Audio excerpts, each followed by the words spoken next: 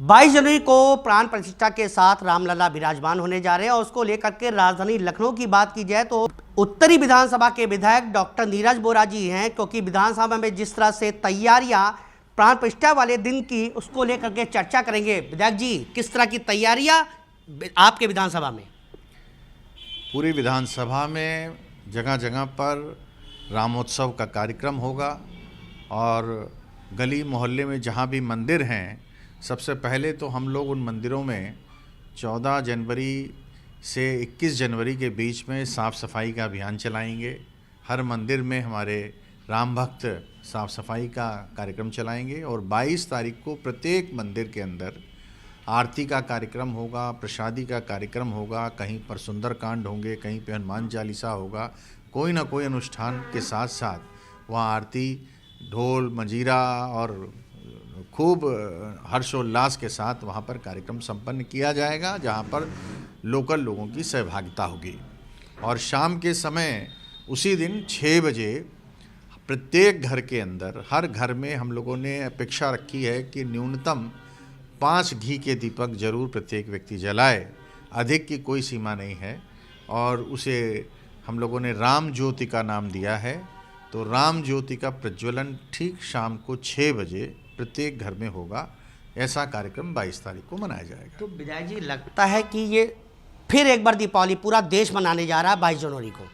दीपावली से भी बढ़ चढ़ कर इस बार होगा कार्यक्रम, क्योंकि वह दीपावली तो 14 वर्ष में भगवान के वापसी के बाद हुई थी, ये तो 550 वर्ष के बाद हो रही है, तो ये बड़ी दीपावली होगी।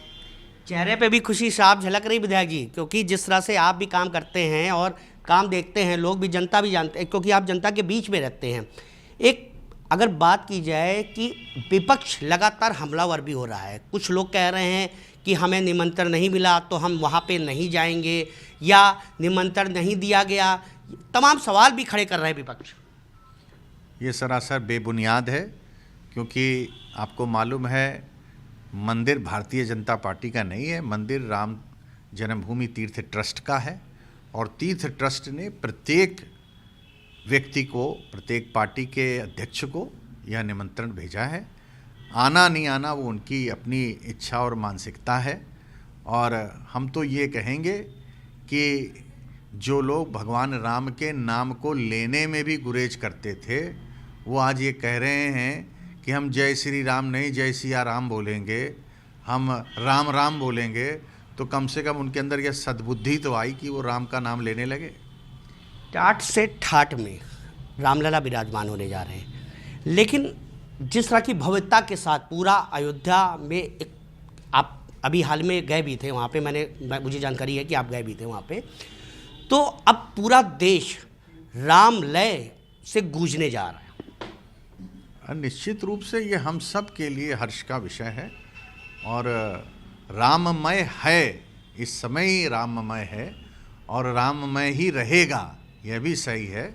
और अयोध्या विश्व की सबसे सुंदर नगर के रूप में विकसित होने जा रही है, सबसे सुंदर नगरी होगी, जहां पर हमारे यहाँ आने वाले राम भक्तों के लिए हमारी सरकार पूरी तैयारी कर रही है। और हमारा यह मानना है कि लगभग यह संख्या 22 तारीख के बाद से भक्तों के आने की जो सरकार का अनुमान है कि लगभग 1 लाख लोग प्रत्येक दिन दर्शन को आएंगे। तो उनके रहने के, उनके आवास की, उनके भोजन की यह व्यवस्थाएं भी सरकार इसको लेकर चिंतित है और प्रयास किया जाएगा कि जितने भी राम भक्त पूरे विश्व से आएँ उनको किसी भी प्रकार का कोई कष्ट ना हो और सब सुविधाएं उनको मुहैया कराई जाए। अखिलेश यादव ने आज ही एक ट्वीट किया है कि टेंट को लेकर के कहा है, सवाल खड़े किए हैं। मथुरा में कहा है कि ताज की नगरी और वहाँ पे भी साफ सफाई, एक कहीं ना कहीं कटाक्ष जो है अखिलेश यादव द्वारा किया गया। अब मैं उनके लिए क्या कहूँगा, मैं तो सिर्फ ये कह सकता हूँ कि हमारी सरकार पूरी तैयारी कर रही है। आपने देखा होगा जो पिछला कुंभ हुआ था, उस कुंभ को कितने बेहतरीन तरीके से हमारी सरकार ने किया था। पूरे विश्व में उस कुंभ की चर्चा हुई थी, जहाँ पर करोड़ों भक्त आते हैं और किसी भी प्रकार की किसी को कोई असुविधा नहीं हुई थी। और स्वच्छता के नाम पर कुंभ में जो प्रयास सरकार ने किए थे वो अद्भुत थे, अद्वितीय थे। तो ऐसा ही प्रयास यहाँ अयोध्या में भी हो रहा है एक बड़ी टेंट सिटी भी बनाई गई है जहाँ पर सारी सुख सुविधाओं का ध्यान किया गया है। और भोजन प्रसाद के लिए भी वहाँ पर शबरी भोजनालय के माध्यम से हम लोग जगह जगह पर भंडारे और लंगर की व्यवस्थाओं को सुदृढ़ कर रहे हैं। हर तरीके से वहाँ पर आने वाले राम भक्तों की पूरी सुख सुविधा का ध्यान दिया जाएगा। और जिनके पास कोई मुद्दा नहीं होता वो अनर्गल आरोप और प्रत्यारोप करते रहते हैं, उनको भगवान राम सद्बुद्धि दे। मैं तो यही प्रार्थना करूँगा भगवान से। तो आप थे डॉक्टर नीरज बोरा जी, जिनका साफ कहना है कि प्राण प्रतिष्ठा वाले दिन उत्तरी विधानसभा के तमाम लोगों से अपील भी की गई कि अपने घर में 5 दिए घी के जलाए, और कहीं ना कहीं क्योंकि भव्यता के साथ और प्राण प्रतिष्ठा के साथ रामलला विराजमान हो रह जाए, उसको लेकर के तैयारी पूरे उत्तरी विधानसभा में कर ली गई है। कैमरामैन रोहित श्रीवास्तव के साथ संजीव सिंह, TV7 भारत, लखनऊ।